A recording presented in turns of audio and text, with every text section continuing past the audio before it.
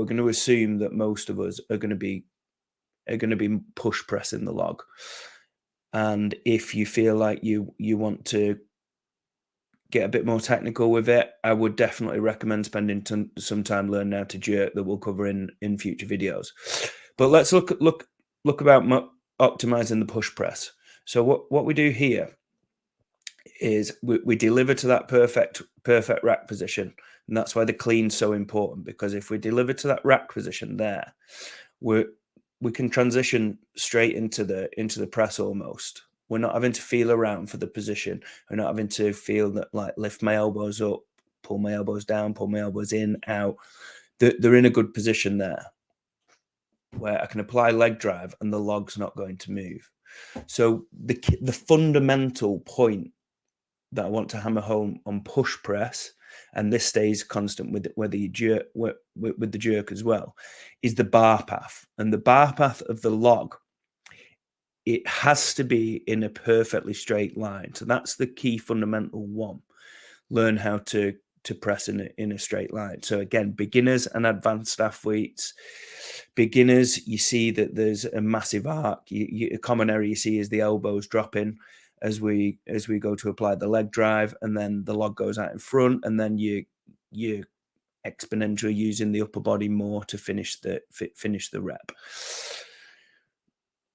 In advanced athletes, you see the error just as frequently, but it's a little bit more subtle.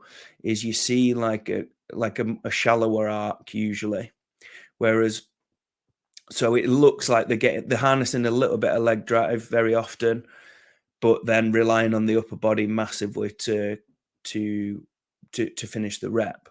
And that's why a lot of people have a lot of success in terms of getting the improving the pressing strength in terms of the strict upper body strength, whether that be bench variations and just general pressing and general upper body strength. That's why it'll transfer nicely to log, is because when you get to that position where the log's out in front of you a little bit and you're using your upper body to finish the rep, you get stronger at that, and you are going to get a return and you are going to get better.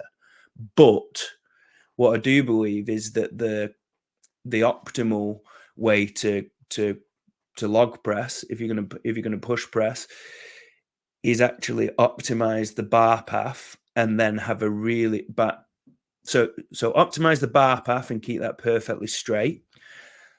Harness the leg drive in terms of the dip and drive whilst keeping the upper body pretty redundant, and then have a really strong upper body to finish off the rep when you need it. So harness those the big three. Optimize the line in terms of the optimize the line, perfectly straight line. This should be going ever so slightly backwards. It shouldn't be going vertical. It shouldn't be going straight up. This is an error that happens with a lot of people. They're chasing this vertical line upwards and like perpendicular to the floor, right angle to the floor.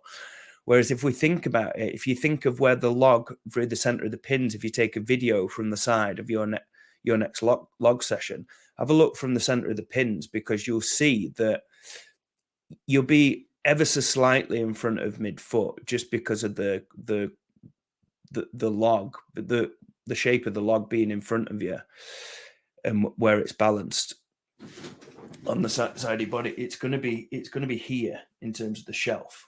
Whereas the finishing position, where we want to be, is the finishing position is we want to be with the center of the pins above our spine, stacked on our spine, stacked on our joints. So if you think about it, the center of the pins start here and they finish here. So it should be a straight line from there to there, which is ever so slightly back.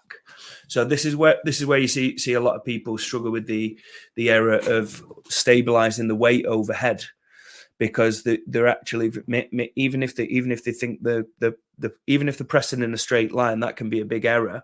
Is people are pressing in a straight line vertically up, so the bar path feels pretty good off the shoulders. It feels good to finish the rep, but they're trying to finish the rep here instead of here with the joint stacked. And that's where you see a lot of people that they look really powerful off the chest, and then they go to overhead and they're struggling to stabilize the weight overhead.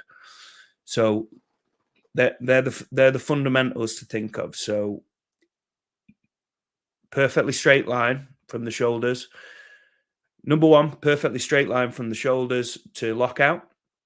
Ever so slightly back, because you're starting with the weight over your delts and you're finishing with the joint stacked over your spine. Number three, you're looking for the really strong legs that you're harnessing with that perfect dip and drive. And then ideally, the cherry on the cake is the really strong upper body to finish the press with conviction.